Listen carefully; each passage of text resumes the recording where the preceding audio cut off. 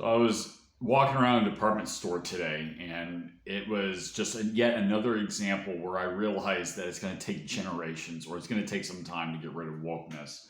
Um, Wokeness is made up of Marxism and nihilism, and nihilism is like equating, whether something's good or bad as if it was the same. So you don't have any objective morals. It's everything is quote unquote relative, right?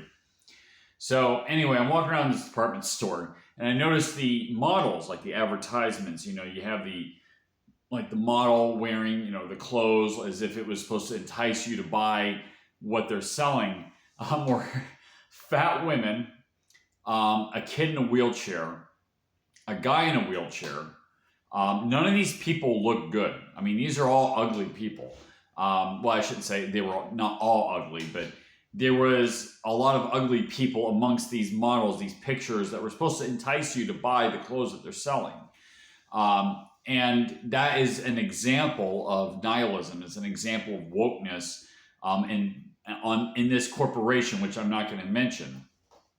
But and the thing is that it's so ubiquitous everywhere. You don't realize it. Like I was just taking the time, just looking around, doing my people watching, just to, see what's going on around me. And it caught my eye, this guy in a wheelchair, wearing the clothes that, like I said, they were trying to sell. So I noticed it.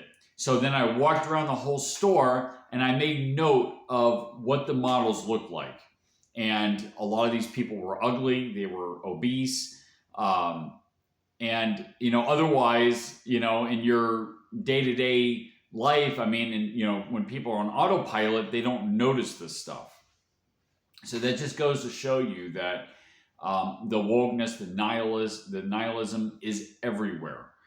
It's everywhere. And it's going to take a long time to correct. I mean, even if you squash it politically, it's still embedded in the culture, and it's going to take a long time. Even if you, solve the whole trans thing. Let's say, the trans movement was no longer mainstream, and we got rid of it in the military, and it's not being preached in schools.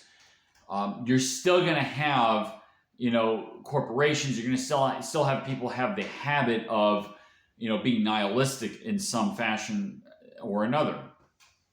So anyway, and the other thing I noticed in this store was the floor plan was a mess.